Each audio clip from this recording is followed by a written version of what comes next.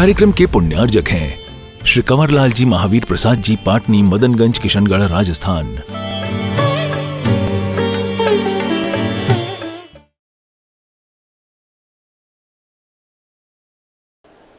इडमो अरिहंताणं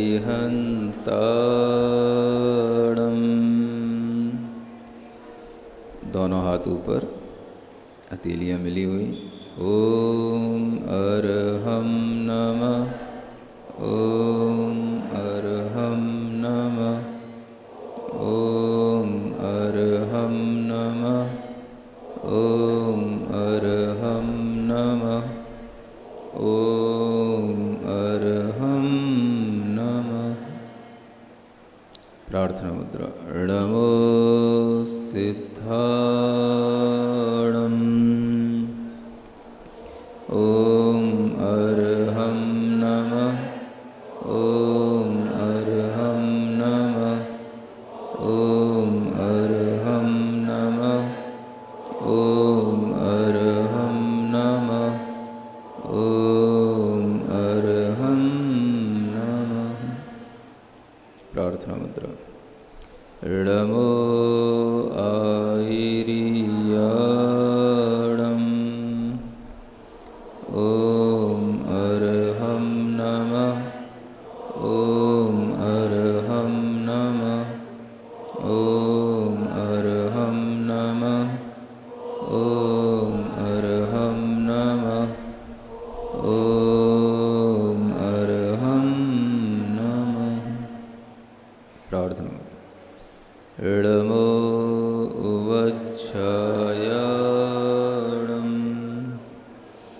ओम अरहं नमः, ओम अरहं नमः, ओम अरहं नमः, ओम अरहं नमः, ओम अरहं नमः।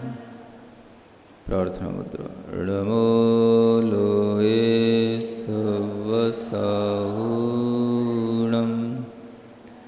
ओम अरहं नमः, ओम अरहं नमः, ओम अरहं नमः, ओम अरहं नमः, ओम अरहं नमः। आंखें बंद रखकर प्रार्थना मुद्रा में बैठें। भगवान पार्श्वनाथ का स्मरण करें। उनके जिन बिंब का स्मरण अपने हृदय में करते हुए यह प्रार्थना का भाव लाएं। मेरी प्रभु से प्रार्थना आत्मशक्ति अर्थ हो, मेरी प्रभु से प्रार्थना आत्मशक्ति अर्थ हो। मेरा मन समर्थ हो, मेरा मन समर्थ हो, मेरा मन समर्थ हो, मेरा मन समर्थ हो। मेरी प्रभु से प्रार्थना आत्मशक्ति अर्थ हो, मेरे प्रभु से प्रार्थना आत्मशक्ति अर्थ हो। मेरा मन समर्थ हो, मेरा मन समर्थ हो, मेरा मन समर्थ हो, मेरा मन समर्थ हो। मेरा जो बुरा करे, जो मुझे न चाहता, मेरा जो बुरा करे, जो मुझे न चाहता।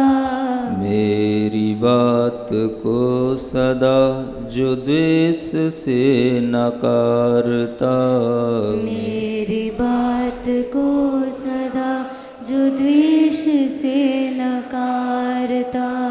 मेरे मन में उसके लिए साम्य भाव हो सदा। मेरे मन में उसके लिए साम्य भाव हो सदा। वैर और विरोध में पल न मेरा व्यर्थ हो। वैर और विरोध में पल न मेरा व्यर्थ हो। मेरा मन समर्थ हो, मेरा मन समर्थ हो। मेरा मन समर्थ हो, मेरा मन समर्थ हो।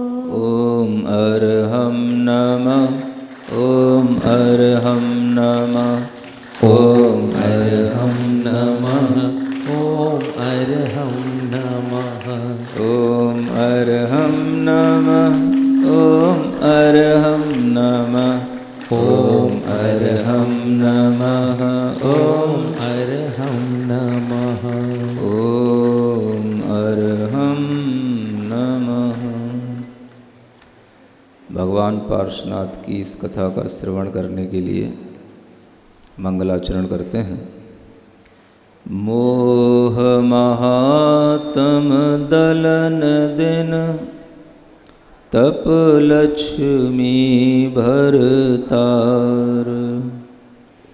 ते पारस परमेश मुझ, हो सुमति दातार। वामानंदन कल्पतरो, जयो जगत हितकार।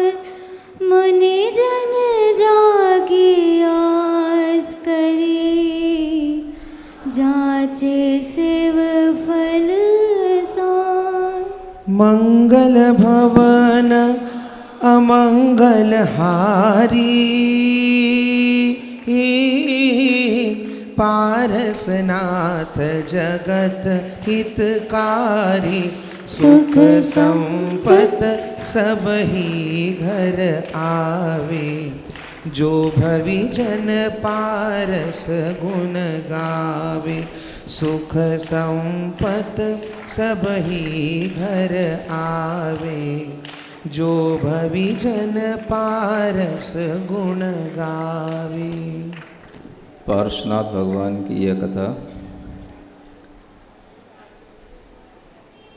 भगवान के पूर्व भव के जीव के साथ, जिन्हें हम आनंद राजा के रूप में देख रहे थे, वही आनंद राजा आनंद मुनि महाराज बन जाते हैं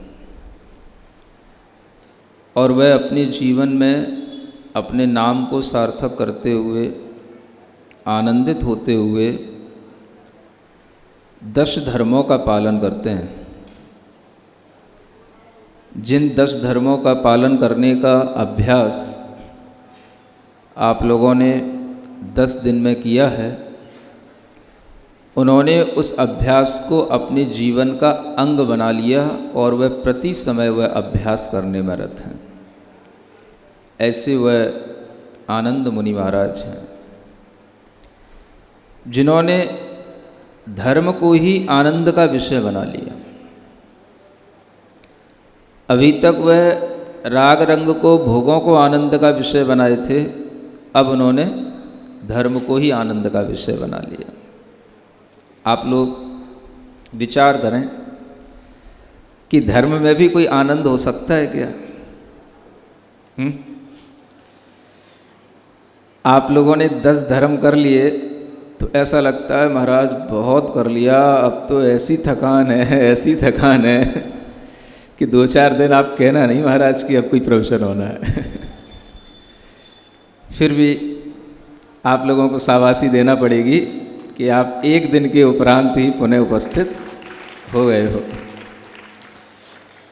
धर्म कथा श्रवण करने का मन में भाव भी बने रहना और कभी भी धर्मचर्या से, धर्म चर्चा से बोर नहीं होना, यही बात का सूचक है कि धर्म में आनंद आता है। अगर धर्म आनंद का विषय बन जाए तो हमेशा धर्म से आनंद मिलेगा, धर्म में आनंद मिलेगा, तो आपका जीवन हमेशा आनंदमय बनेगा। हम हमेशा धर्म को एक उत्सव का विषय तो बनाते हैं, लेकिन आनंद का विषय नहीं बनाते हैं। धर्म का हम उत्सव करने के लिए तैयार होते हैं। 10 धर्म आए, हमने खूब ठाठ से धर्म का आनंद लिया कि उत्सव किया, कि दोनों किए? दोनों किए, है ना। उत्सव भी मनाया और आनंद भी लिया। और जहाँ पर इस तरह से आप लोगों ने दिन भर अपनी दैनंदिन चर्या में, दिन भर सुबह ध्यान से लेकर के शाम के कार्यक्रमों तक आपने अपने आप को व्यस्त रखा, इसमें आपने उत्सव भी मनाया और आनंद भी लिया। ये दोनों ही बातें आपके जीवन में आईं, लेकिन ये बनी रहें। ये उत्सव भी बना रहना चाहिए और आनंद भी बना रहना चाहिए। अब महाराज 10 धर्म के दिन तो चले गए, तो 10 धर्म के दिन चले गए, जो 10 धर्म का पालन करते हो महाराज थोड़ी ना चले गए अभी, हैं? तो जब तक महाराज हैं तब तक 10 धर्म है, और जब तक 10 धर्म है तब तक हमारे जीवन में उत्सव भी है और आनंद भी है। क्या लग रहा है आपका? तो ये अपने अंदर ये विचार आ जाना चाहिए कि 10 धर्म भले ही चले गए हों, उनके 10 दिन भले ही चले गए हों, जो 10 धर्म का हमेशा पालन करते हैं वह मुनि महाराज हमारे सामने हैं। माने 10 धर्म भी हमारे सामने अभी भी हैं, और वो रहेंगे तो उत्सव भी होता रहेगा, आनंद भी आता रहेगा। चाहते हो? बस आपके मन में बस अब ये विचार बन जाना चाहिए कि महाराज जहां होंगे हम वहीं पे उत्सव मना लेंगे, है ना। अब तरह तरह के लोग, बहुत सारी कॉलोनियां हैं, जयपुर बड़ा शहर है, सब लोग निवेदन करने आ रहे हैं, तो जाना भी उचित है, क्योंकि कहा गया था कि जयपुर का चातुर्मास है। तो जयपुर का चातुर्मास है तो थोड़ा सा जयपुर के अंदर जितना भी कुछ और भी कहीं कहीं भ्रमण हो सकता है, तो थोड़ा थोड़ा एक बार तो कम से कम हम देख लें कि कहाँ पर कौन से जिनालय हैं, कहाँ पर कौन से भगवान हैं, और कहाँ पर कौन कौन से श्रावक उन भगवान की सेवा करते हैं। अभी तक तो सब यहीं आ रहे हैं, अब थोड़ा थोड़ा सा देखने का मन बना रहे हैं। वो भी अभी आप ये समझना कि अभी महाराज केवल देखने आ रहे हैं। रुकने का भाव तभी बनेगा जब हम एक दिन में ही देख लेंगे कि आपके अंदर एक दिन में इतना उत्साह है, तो फिर अब आगे अगर हम 10 दिन देंगे तो वो उत्साह कितना रहेगा, है ना। तो अभी जो है केवल देखने का काम है, पहले बहु दिखाई होती है। तो देखने का भी एक अपना अलग भाव रहता है ना। तो इसी तरीके से देखना अलग और रहना अलग। तो ऐसे ही मुनि महाराज जहाँ होते हैं वहाँ हमेशा उत्सव भी रहता है, आनंद भी रहता है। आनंद मुनि महाराज हमेशा 10 धर्ममय अपना जीवन बना लिए। क्षमा, मृदुता, ऋजुता सब उनके स्वभाव बन गए। समझ आ रहा है? और ये इतने अच्छे स्वभाव बन गए कि लोगों को जब प्रैक्टिकली समझ में आता है तो उनके अंदर और अच्छी भावनाएं आती हैं। जिस तरह से आप यहाँ पर इस तरह से धर्म को सीख रहे थे, उसी तरह से अन्य अन्य जगहों पर भी अनेक लोग अनेक अनेक तरह से धर्म की चर्चाएं कर ही रहे थे, हर मंदिर में, हर जगह पर। लेकिन इस बार अरहम धर्म का एक नया मॉड्यूल निकला और उसके तहत अलग अलग जगहों पर लोग जो गए तो एक टेक्नोलॉजी के साथ में, जो डिजिटल प्रोग्रामिंग के साथ में जो प्रेजेंटेशन हुआ और उससे लोगों ने भी जो सीखा वो भी एक अद्भुत रहा। जो वहाँ के फिर अरहम धर्म के जो अंतरप्पा थे उन्होंने आकर के बताया, वो एक और नया प्रोग्राम था। तो वो प्रोग्राम भी जिन लोगों ने जहाँ पर भी करवाया उनके लिए भी बहुत अच्छा लगा, और जो जो अरहम के अंतरप्पाओं ने कार्य किया उन सब के लिए भी बहुत आशीर्वाद।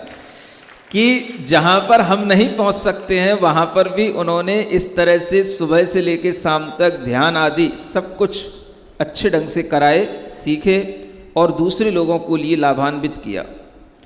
तो अपने आप में यह भी एक अच्छी चीज़ होती है कि हम करें भी, कराएं भी, सीखें भी और सिखाएं भी। इस तरह से एक टेक्निकल जो अपने पास में चीज़ें हैं, जो अपने पास में आज अपना डिजिटल प्रोग्रामिंग के जो तरीके हैं, उनके माध्यम से भी ये प्रोग्रामिंग दे करके भी लोगों को, यूथ को जोड़ करके बहुत अच्छा कार्य करने का यह एक अच्छा शुरुआत इसी जयपुर से हुई है ना। आगे आप लोग इस चीज़ को देखना, ध्यान में रखना। घर बैठे भी हम बहुत कुछ अच्छा कर सकते हैं और वह मुनि महाराज भी अपनी गुफा में बैठे ही बैठे सब कुछ क्या कर रहे हैं, अच्छा ही अच्छा कर रहे हैं। इसलिए मुनि महाराज स्वयं अच्छा ही करते हैं और दूसरों के लिए अच्छा अच्छा ही प्रोवाइड करते हैं। हाँ? तो वह देखो 10 धर्म की आराधना में जब दृढ़ हो रहे हैं तो उनकी साधना बढ़ रही है और साधना बढ़ते बढ़ते परिसहों के माध्यम से साधना को और बढ़ाया जाता है। परिसह का नाम आपने सुना ही है। परि माने होता है चारों ओर से, सह माने सहन करने की क्षमता बनाना, इसका नाम क्या है, परिसह। मतलब अपने अंदर, अपने बाहर, चारों ओर से हम सब कुछ सहन कर सकें। किसी भी तरह की कोई कठिनाइयां हों, हम उनको सहन करें और उन कठिनाइयों को सहन करने का पहले से ही अभ्यास करने लग जाना, इसे कहते हैं परिसह जय। क्या बोलते हैं? हाँ, परिसहों के माध्यम से अपनी कठिनाइयों पर विजय प्राप्त करने का एक अभ्यास मुनि महाराज करते हैं, इसको बोलते हैं परिसह जय। तो ये परिसह उपसर्ग नहीं होते हैं, उपसर्ग और परिसह में अंतर होता है। उपसर्ग जो होते हैं वो दूसरों के द्वारा किए जाते हैं। किसी भी आकस्मिक किसी परिस्थिति को लेकर के व्यक्ति के ऊपर कभी भी कोई भी उपद्रव हो जाना, इसका नाम क्या है, उपसर्ग है। और परिसह क्या होते हैं? परिसह मुनि महाराज खुद सहन शक्ति बढ़ाने के लिए करते हैं। ये दोनों में अंतर समझना, समझ रहे हैं ना। उपसर्ग किसी मनुष्य ने कर दिया तो अब हम उसको सहन कैसे करेंगे, तो हम पहले से अपनी तैयारी रखते हैं। किसके माध्यम से? परिसह को सहन करके उस तैयारी को पहले से बना करके रखते हैं, मानसिकता पहले से बना करके रखते हैं, तो इसका नाम है परिसह जय। कभी कोई अचानक से उपद्रव आ गया, कोई उपसर्ग आ गया और हम उसमें विचलित नहीं हुए, तो फिर वो परिसह जय हो गया, माने उस कठिनाई को हमने जीत लिया। समझ में आ रहा है? ऐसी जय जयकार नहीं होती मुनि महाराज की, कुछ जीतना पड़ता है, कुछ सहन करना पड़ता है, तब जा करके जय जय जय जय होती है। तो जय होने का मतलब क्या? कठिनाइयों को जीतना, परिसहों को सहन करना, और ये अपनी इच्छा से भी किया जाता है। 22 प्रकार के परिसह कहे गए हैं। कितने? हाँ, इन सबके नाम आपने सुनी रखे हैं। और उन्हीं परिसहों की हम आनंद मुनि महाराज के साथ में थोड़ी सी चर्चा आगे बढ़ा रहे हैं, जो पेज नंबर 62 पर इस पार्श्व पुराण के अंतर्गत है। एक एक परिसह पर बहुत एक एक अच्छा छंद है ना। अब तो हमें कोई जल्दी है नहीं है कि तत्वार सूत्र का 9वां अध्याय है तो हमें एक ही दिन में पूरा करना है, 1 घंटे में, ऐसी कोई जल्दी तो है नहीं है। तो हम इत्मीनान से इन 22 परिसहों को पढ़ते हैं और इस दृष्टि से भी पढ़ते हैं कि इन परिसहों को सहन करने की क्षमता हमारे अंदर भी आए। भावना तो कर ही सकते हैं ना, जो सहन कर रहे हैं, लेकिन हम उनका स्मरण करके, उनका गुणगान करके अपने अंदर उस गुणवत्ता को लाने के लिए भावना तो कर ही सकते हैं। तो आगे यह छंद नंबर 111। अनसन ऊनो दर तप पोसत, पाख मास दिन बीत गए हैं, जोग न बने जोग वेच्छा विधि, सुख अंग सब शिथिल भये हैं। तब बहु दुसह भूख की वेदन, सहत साधु नहीं नेक नए हैं। तिनके चरण कमल प्रतिदिन दिन, हाथ जोड़ी हम शीस ढए हैं। देखो, है ना, सबके लिए यही करना है, हाथ जोड़ हम शीस ठये। तिनके चरण कमल प्रतिदिन दिन, हाथ जोड़ हम शीस ठये। ये कठिन चीज़ें हैं। परीक्षाओं को सहन करना, परीक्षाओं पर विजय प्राप्त कर लेना, ये बहुत कठिन कार्य होता है। और ये कार्य ऐसा है कि अपनी जिंदगी को दांव पे लगाना। क्या सुन रहे हो? हाँ, जो इस तरह से कर रहे हैं, हम भले ही नहीं कर पाते हैं, तो हम क्या कर सकते हैं? उनके चरणों में बार बार अपना शीश तो स्थापित कर सकते हैं। शीश स्थापित करने का मतलब, हाँ, बार बार उन चरणों का स्मरण करके हम अपने शीश को उनके चरणों में रख सकते हैं, नमन कर सकते हैं। और इस तरह से भावना कर सकते हैं कि जो दुर्धर कार्य आप कर रहे हैं, हमारे अंदर भी ऐसे कार्य करने की शक्ति मुझे प्राप्त होवे। हाँ, इस विचार से ही इस तरह के ये परीक्षाओं को सहन करने का ये जो उपक्रम होता है, ये इसी तरह के विचार से आता है। और हम लोगों के अंदर भी इसी तरह से धीरे धीरे शक्ति बनती है। अब एक बात आपसे पहले भी कही थी, आज फिर याद रखना। मुनि महाराज के लिए ये 22 परिचय एक्स्ट्रा उनकी क्वालिटी को बढ़ाने वाले एक्स्ट्रा वर्च्यूज हैं, ये स्पेशल वर्च्यूज हैं, ऐसा कह सकते हैं। हाँ? मतलब एक मुनि महाराज अपने धर्म का पालन करते हुए इन चीज़ों के माध्यम से अपने अंदर एक एक्स्ट्रा क्वालिटी लाते हैं, स्पेशलाइजेशन जिसको बोलते हैं। एक MBBS आपने कर लिया, वो MBBS का करना भी अपने आप में कठिन टास्क है ना। आपको पहले नीट का एग्ज़ाम देना है, फिर आपको 5 साल पढ़ना है, तब MBBS पूरा होगा, वो भी अपने आप में कठिन काम है। और फिर होने के बाद में अब आपको आगे MS करना है कि MD करना है, वो एक स्पेशलाइजेशन अलग अलग ब्रांचों में वो आपको अलग से करना है। सुन रहे हो? तो डॉक्टर तो MBBS भी होता है, और MS की डिग्री लेने के बाद भी होता है कि नहीं होता? तो MBBS कर लेने का मतलब क्या होगा? डॉक्टर बन गया। अब उसकी क्षमता नहीं है कि हम MS भी करें, इतना उसके पास में मान लो समय नहीं है, या उसके पास उतना अभ्यास करने की अब आगे ताकत नहीं है, उतना उसके पास मनी नहीं है ना। तो भी वो MBBS डॉक्टर तो है ही है ना। समझ में आ रहा है? इसी तरीके से मुनि महाराज भी 2 तरह के होते हैं, है ना। एक होते हैं स्थविर कल्पी और एक कहलाते हैं जिन कल्पी। शास्त्रों में इनके नाम 2 तरह से ऐसे आते हैं। मतलब कि एक मूल गुणों का पालन करने वाले हैं, और एक जो है मुनि महाराज के जो अपने मूल गुण हैं उनका पालन करते हुए वह मुनि महाराज अपने धर्म का पालन कर रहे हैं। और एक होते हैं एक्स्ट्रा ऑर्डिनरी, स्पेशलाइजेशन वो करते हैं हर एक चीज़ में। समझ आ रहा है?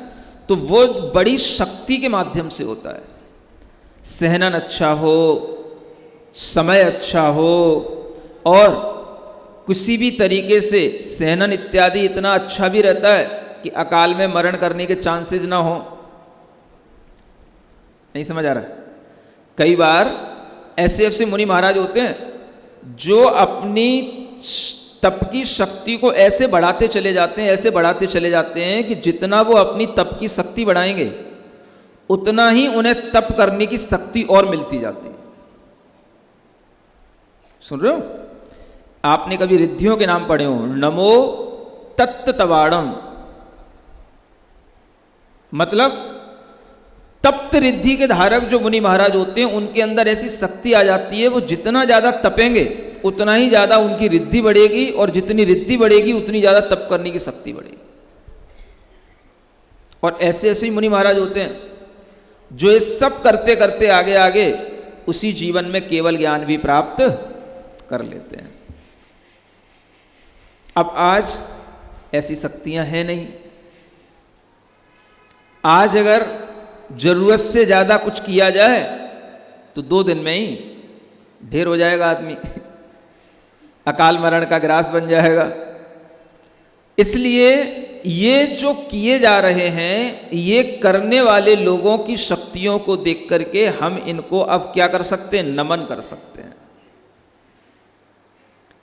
ऐसे अनशन, कैसे अनशन, ऊनोदर तप पोसत पाख मास दिन बीत गए। एक पक्ष का अनशन, 1 महीने का अनशन, क्या सुन रहे हो, कैसा अनशन, पानी पी के अनशन नहीं, हाँ, बिना पानी के 4 प्रकार के आहार के त्याग के साथ लगातार 1 महीने के उपवास, 15 दिन के, 2 महीने के, इस तरह से भी करने की शक्तियाँ किन्हीं किन्हीं में हो सकती हैं, होती हैं। इस क्षेत्र में नहीं है, विदे आदि क्षेत्रों में रहने वालों में होंगी, अभी नहीं है। पहले के काल में जब यहाँ पर समय अच्छा था तब थी। इस तरह की शक्तियाँ होती हैं कि वह ये सब करते हुए भी थकते नहीं है, खेद खिन्न नहीं होते हैं। आचार्य शांति सागर जी महाराज के समय में उनके वर्णन में आता है कि उनके समय पर एक और आदि सागर एक महाराज थे, समझ आ रहा है? और वो क्या करते थे, वो 7 दिन में एक बार आहार करने निकलते थे। जब आहार करने आते थे तो एक बीच में नदी पड़ती थी, उस नदी को पार करके आहार करने आते थे, और आहार करने के बाद पूरे दिन वहीं रुकते थे गांव में, और फिर दूसरे दिन वह नदी को पार करके अपने जगह चले जाते थे। और नदी पार करने के लिए उन्हें उस समय पर कोई ना कोई व्यक्ति उन्हें नदी पार कराता था। दूध गंगा, वेद गंगा, वहाँ की नदियों के नाम सुन रहे हो। अब वहाँ पर इस तरह से ये नदी पार करने का कार्य एक बार उन 7 गौड़ों ने, किन्ने, समझ गए ना, हाँ, उन्होंने उन मुनि महाराज को अपने कंधे पर बिठा करके नदी पार करके अपने गांव लाए, अपने घर में उनको आहारचर्या कराई, दिन भर उनकी सेवा करी, और सुबह फिर जो है दूसरे दिन उन्हें नदी पार करके उन्हें उनकी गुफा तक पहुंचा दिया, और वो 6 दिन के लिए, 7 दिन के लिए विश्राम उनका फ्री हो गए। ऐसे ऐसे लोग हो चुके हैं, समझ आ रहा है?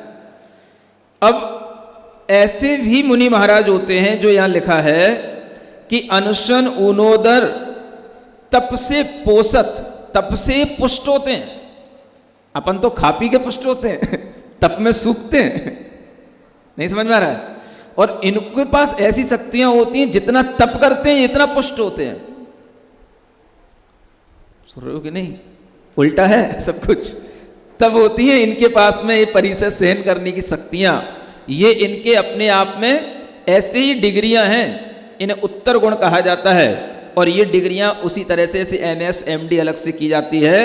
तो भले ही वो आज करने की क्षमता नहीं रहती, तो इसलिए जो है, जो इस तरीके की डिग्रियां हासिल कर चुके होते हैं, तो उन्हें जो नीचे के लोग होते हैं उन्हें देखते हैं, भाई क्या करें, अब कुछ नहीं है।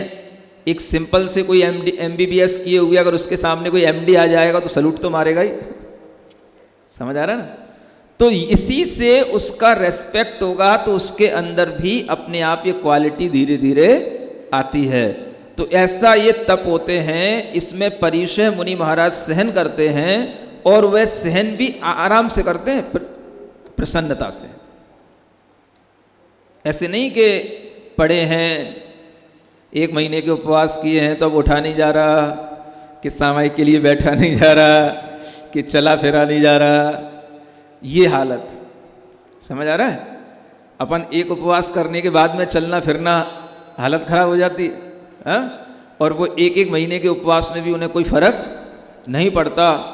तब से जिनका शरीर पुष्ट होता है, मन पुष्ट होता है, हाँ, और खाने पीने से तो उन्हें ऐसा लगता है जैसे कर्म का बंद हो रहा है, हाँ। और अपनी स्थिति देख लो आप, सब उल्टी है कि नहीं।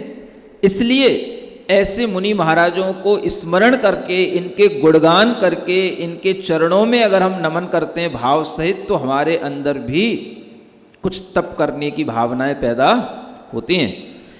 जोग न बने जोग बिच्छाविद, सूख अंग सब शिथिल भय। अब ये क्या करते हैं, ऐसा नहीं है कि 15 दिन बाद आहार करने को निकले या 1 महीने बाद आहार करने को निकले तो कोई श्रावक इनके लिए पहले से इंतजार कर रहे हैं कि भाई 15 दिन के बाद मुनि महाराज निकल रहे हैं। ऐसे ऐसे मुनि महाराज होते हैं, उन्हें पता ही नहीं होता कि वो कहाँ बैठे हैं, और श्रावकों को भी पता नहीं होता कि वो कहाँ बैठे हैं। क्या सुन रहे हो? उनने 15 दिन के उपवास कर लिए, उन्हें चिंता नहीं है कल हम निकलेंगे तो अब क्या होगा, कल कहीं आहार मिलेगा कि नहीं मिलेगा, किसी को शहर में पता भी है कि नहीं पता है। वो ऐसी भी चिंता नहीं करते। आप सोचो मैं कितनी उत्कृष्ट मानसिकता के लोग होते हैं, उनकी बात बता रहा हूँ। आज अगर कोई 1-2 उपवास कर ले तो तहलका मच जाता है ना, और सब तरीके से सबको पता हो जाता है। लेकिन मुनि महाराज 15 दिन के उपवास, 1 महीने के उपवास करने के बाद भी ऐसे चुपचाप से निकल जाते हैं किसी भी गांव में, किसी भी नगर में, कि जैसे उनके लिए किसी को कुछ पता ही नहीं है। और वास्तव में श्रावकों को भी पता नहीं होता।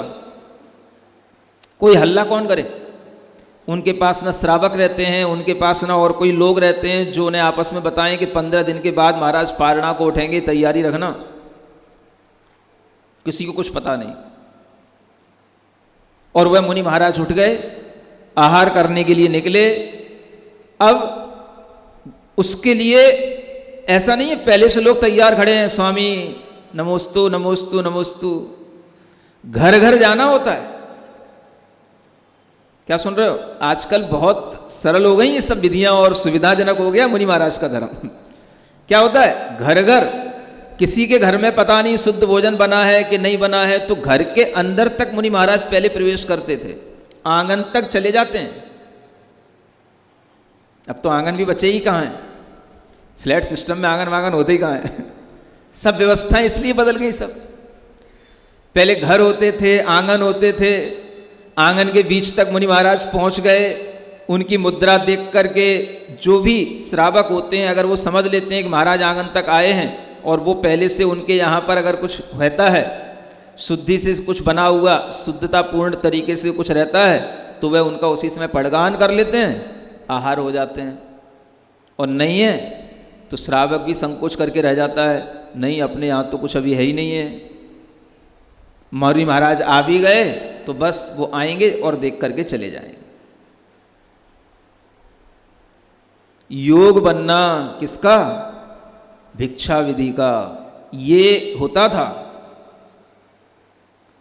घर घर में अपने जाकर के, और जिस घर में जिस श्रावक ने अगर कहीं पर पड़गाहन करने की विधि उसे पता है, वो पड़गाहन करना जानता है, तो वह पड़गाहन तभी कर लेगा जब उसके घर में सब कुछ शुद्ध भोजन भी बनता था, शुद्ध पानी रहता ही था। पहले के लोग कुएं के जल का ही उपयोग करते थे। नहीं समझ आया? नल वल तो बहुत बाद में आए, ये तो सब ये नगर निगम की व्यवस्थाएं हैं। पहले तो सब लोग कुएं पे ही नहाने जाते थे, कुएं से ही पानी भर करके एक बाल्टी ले आते थे। जितने घर के सदस्य नहाने जा रहे हैं सब एक एक बाल्टी लेकर के आ जाते थे, घर में पानी भरा रहता था। नहीं करा कभी? कहाँ रहे बचपन में? है? हाँ, दिल्ली में। दिल्ली में कहाँ कुएं होंगे? समझ आ रहा है? इस तरह का जीवन हमने भी देखा है। कहाँ देखा है? हाँ, भोगांव में नहीं। ये भिंड के पास एक अशोखर गांव पड़ता है, समझ आ रहा है? तो मातृपक्ष इसको बोलते हैं, नाना नानी वगैरह, तो वो सब उसी गांव में रहा करते थे। तो जब गांव में जाते थे तो इसी तरह का पूरा दृश्य रहता था। हाँ, सब खेती किसानी, बगल में कुएं, तो बस सब लोग कुएं पे नहाने जाते, सब वहीं पर नहाने के बाद में सब पानी भर करके लाते, सब अपना रखते, घर में सब शुद्ध रहता। समझ आ रहा है? रोजाना चक्की चलती, रोजाना अपना आटा पीसो, रोजाना मसाले पीसो, बस और क्या चाहिए। मुनि महाराज आ गए, कपड़ा एक आध जोड़ी शुद्ध पड़ा ही रहता है। समझ आ रहा है? रसोई घर में जो भी दादी हैं, माँ हैं, उनने सब शुद्ध बनाया ही होता है। पहले सब शुद्ध कपड़े से भोजन बनता था, घर में कोई भी अंदर रसोई में प्रवेश नहीं होता था, ऐसे शुद्धता से भोजन बनता था। मुनि महाराज अगर आ गए, अब और क्या चाहिए बताओ बच्चों? इतना ही तो होता है ना। इतने के लिए तुम लोगों को तमाशा करना पड़ता है, हल्ला करना पड़ता है, आज चौका लगेगा, आज चौका लगेगा, आज चौका लगेगा है? इतना वो सिर चढ़ा लेते हो इतनी सी चीज के लिए कि इतना टेंशन। एक दिन अगर जोग नहीं बना मुनि महाराज के आहार का, मुंह लटक गया आज तो छुल्लक महाराज भी नहीं आए महाराज, आज तो कोई भी नहीं आया, ब्रह्मचारी भी नहीं मिले आज तो, ऐसा भी हो जाता है। समझ आ रहा है? तो आपके लिए ये चीजें इतनी कठिन हो गई हैं, जबकि चीजें में कुछ भी कठिन नहीं है।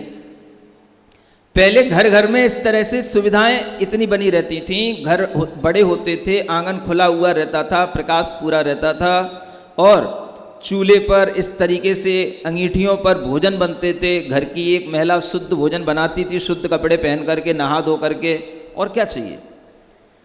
जल की शुद्धि हो गई, रोजाना सुबह पीसना है और रोजाना आटे मसाले बनना है, बस हो गया। दाल रोटी चावल शुद्ध बन गए, शुद्ध रसोई हो गई। मुनि महाराज आ गए, तुरंत ही पड़गान कर लिया। एक व्यक्ति ने पड़गान, भले ही चलो शुद्ध कपड़े में ना हो कोई बात नहीं, रोको तो जब तक वो पड़गान करके रोकेगा तब तक घर का कोई दूसरा सदस्य तुरंत कपड़े चेंज करके आ जाएगा। जब तक वो मुनि महाराज से कहेगा महाराज भोजनशाला में चलिए, आहार कक्ष में पधारिए, जब तक पधारेंगे महाराज, जब तक उनकी पूजा होगी तब तक सब कपड़े पहन करके आ जाएंगे। क्या फर्क पड़ रहा है? एक व्यक्ति पड़गान कर लेता है, उसमें क्या दिक्कत है? बस। और पूजा में क्या चाहिए? बस जो भी अपने पास में चावल हैं, बस उन्हीं को बस अलग अलग कर दो, वही अच्छत हो गए, वही नैवेद्य हो गई, वही जो कुछ भी है सो ठीक है, क्या करना है। नहीं तो उधर चंदन तंदल पुष्प गई, पूजा हो गई, और क्या है। तो आप लोगों को ये सब चीजें इतनी कठिन लगने लगी हैं, क्योंकि ये सब चीजें जो बिल्कुल सहज उपलब्ध होती थीं, वह आप लोगों के लिए अब दुर्लभ हो गई हैं। घर की शुद्धि दुर्लभ हो गई, घर ही अब पहले जैसे नहीं बचे। अब एक ही कमरे हैं, दो ही कमरे होते हैं, अब उसी में सब बेड पड़े हैं, उसी में सब चीजें पड़ी हैं, घर के सामान, जगह ही नहीं है कहीं शुद्धता की। तो ये जो आप लोगों ने अपने अंदर कमी कर ली, इसी के कारण से आपके लिए मुनि महाराज की चर्या में शामिल होने का या मुनि महाराज के लिए इस तरह से भक्ति करने में आपको कठिनता होने लग गई। समझ आ रहा है? इसलिए सब व्यवस्थाएं बदल गई। अब मुनि महाराज कहाँ घरों घरों में ढूंढते फिरें? ढूंढना जानते हो ना घरों घरों में जाना, देखना, कुछ पता ही हो। और कभी कभी ऐसा हो जाता है, ऐसा भी लिखा शास्त्रों में, अगर कहीं अस्पृश्य घर में पहुंच गए, माने पता तो होता नहीं है, कोई नाम तो लिखा नहीं रहता है सबके घरों के आगे कि भाई ये किसके घर हैं, और किसी अस्पर्श घर में पहुंच गए तो फिर अंतराय करना पड़ता है।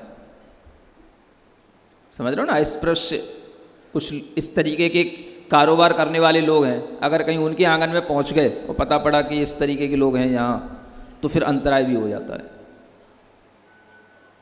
है। हाँ, जो भी, तो फिर वो इसको कहते हैं अलाभ हो गया। फिर वो भिक्षा की विधि नहीं बनी, और मान लो उनका नियम है कि मैं 15 दिन के बाद एक बार आहार करने निकलूंगा, और अगर भिक्षा नहीं मिलेगी तो 15 दिन का फिर आहार का त्याग, फिर उपवास कर लूँगा। ऐसे होता है। फिर उन्होंने कर लिया 15 दिन का उपवास, तो क्या होगा? अब महीने भर में शरीर तो सूखेगा ही ना। शरीर की शक्ति रहेगी, सहनन होगा, तो भी शरीर की जो ये त्वचा है, मसल्स, मांस हैं, ये तो सब सूखेंगे ही ना। हड्डियां मजबूत हैं तो बात अलग है, ठीक है, सहन कर लेंगे। लेकिन अंग पांग तो दिखने ही लग जाएंगे, हड्डियां तो दिखने ही लग जाएंगी जब मांस उससे जब सूख जाएगा तो बस वही स्थिति बनती है।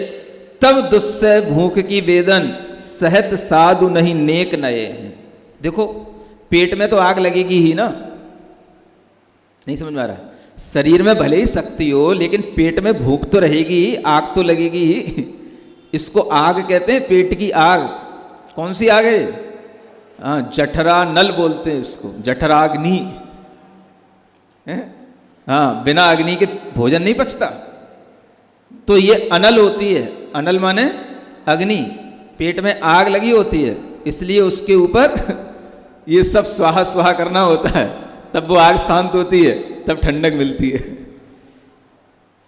तो ऐसे में जब वह दुस्सह भूख की वेदन भी सहन करते हैं, तो शरीर की शक्ति अच्छी भी हो तो भी भूख की वेदना तो सहन करनी ही पड़ेगी।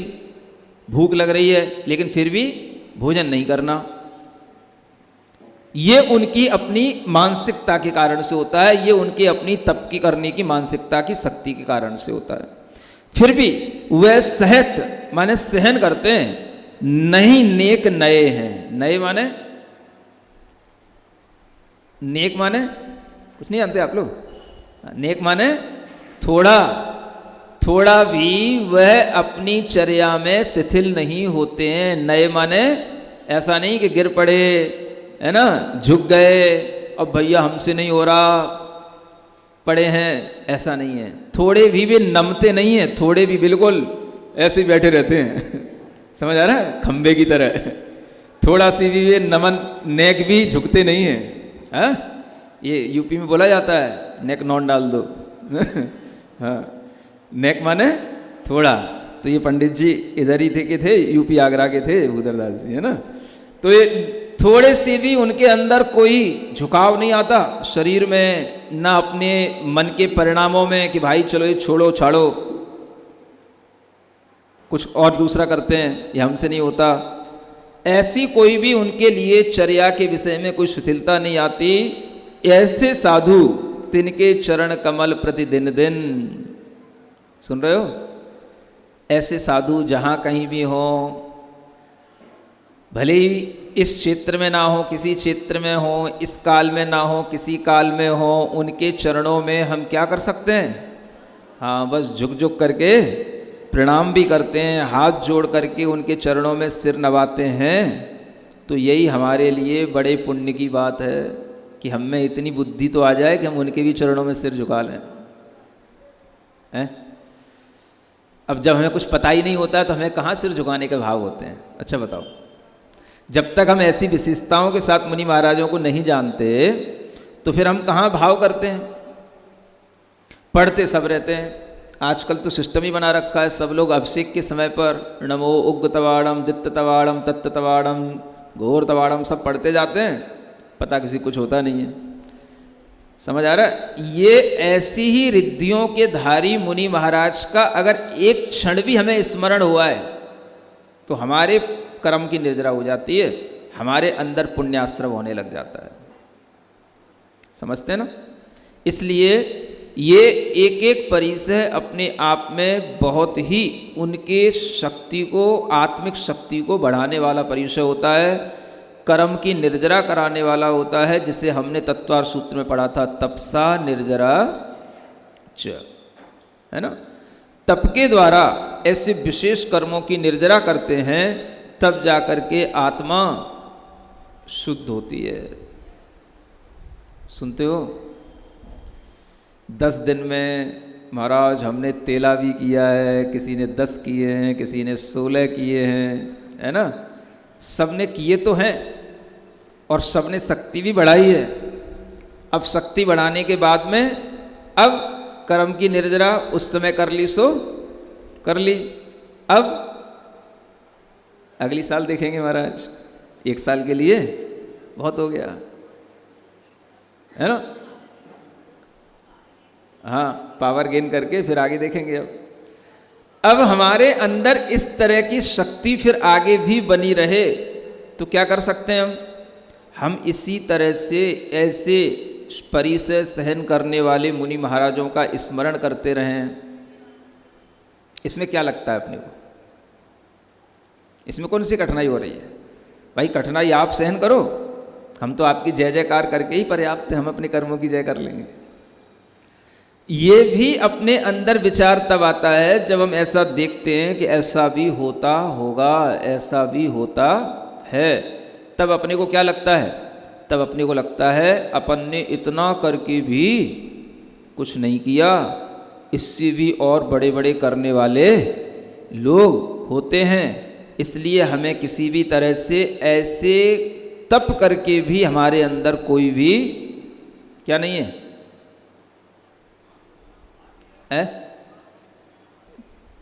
मतलब तप से भी वह नम्रता का भाव बढ़ता ही चला जाता है।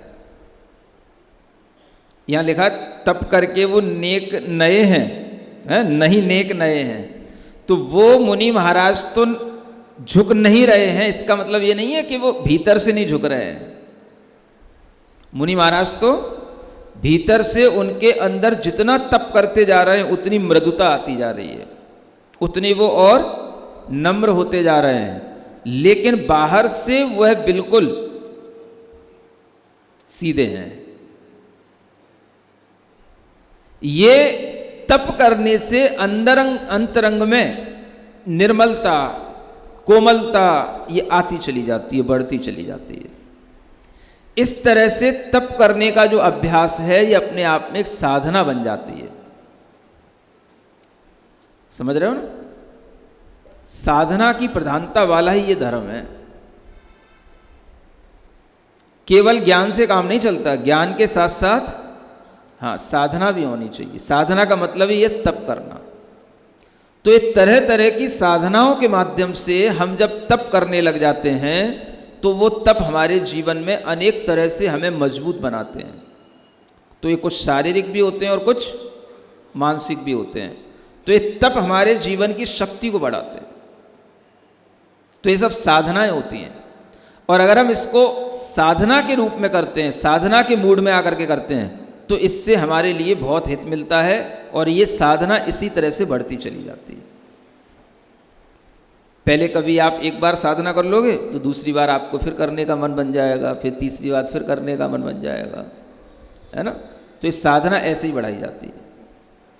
अब इस तरह की जो साधना होती है वो शारीरिक साधना है और मानसिक साधना के लिए भी इसी तरह से अभ्यास कराए जाते हैं, गुरुओं के द्वारा दिशा निर्देश मिलते हैं। तो मानसिक साधनाएं भी इसी तरह से बढ़ाई जाती हैं। तो जीव के लिए, आत्म कल्याण के लिए इस तरह से ज्ञान और तप यानी ज्ञान और साधना दोनों उपयोगी होती हैं। तो ये मुनि महाराज दोनों तरह से काम करते हैं।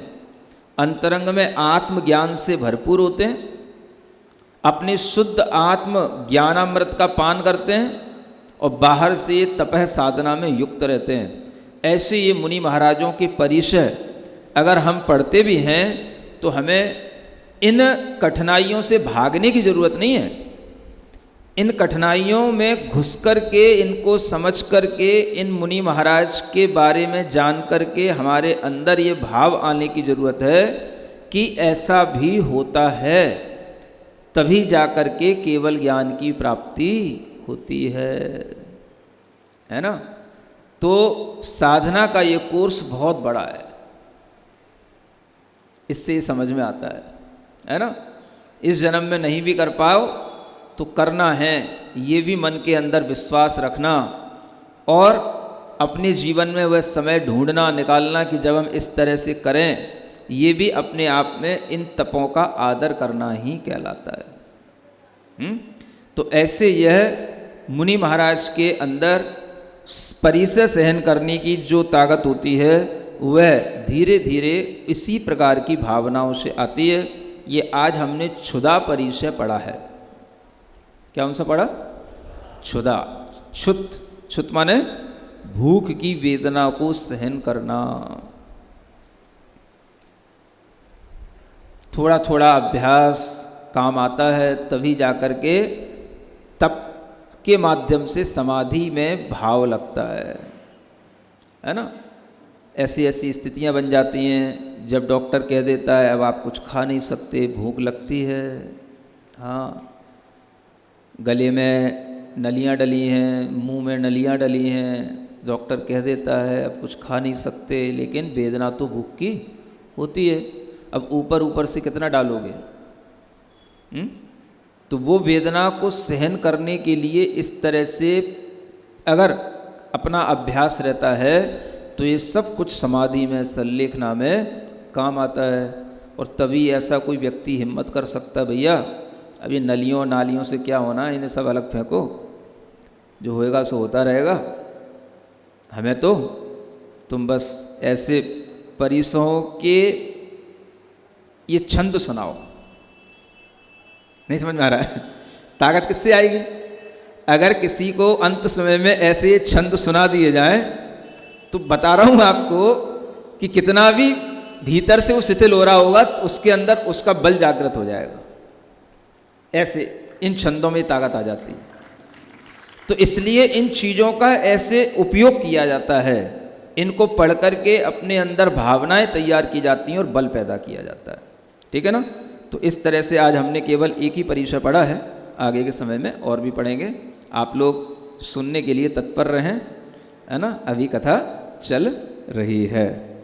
ओम अरहम ओम अरहम ओम अरहम बोल। सभी कार्य की सिद्धि से तू पहले इसको बोल। ओम अरहम ओम अरहम ओम अरहम बोल। सभी कार्य की सिद्धि से तू पहले इसको बोल। ओम अरहम नमः ओम अरहम नमः ओम अरहम नमः ओम अरहम नमः। दूसरी क्लैपिंग। ओम अरहम ओम अरहम ओम अरहम बोल। सभी कार्य की सिद्धि से तू पहले इसको बोल। ओम अरहम नमः ओम अरहम नमः ओम अरहम नमः ओम अरहम नमः। तीसरी। ओम अरहम ओम अरहम ओम अरहम बोल। सभी कार्य की सिद्धि से तू पहले इसको बोल। ओम अरहम नमः ओम अरहम नमः ओम अरहम नमः ओम अरहम नमः। चौथी। ओम अरहम नमः ओम अरहम नमः ओम अरहम नमः ओम अरहम नमः ओम अरहम नमः ओम अरहम नमः। पांचवी। ओम अरहम ओम अरहम बोल। सभी कार्य की सिद्धि से तू पहले इसको बोल।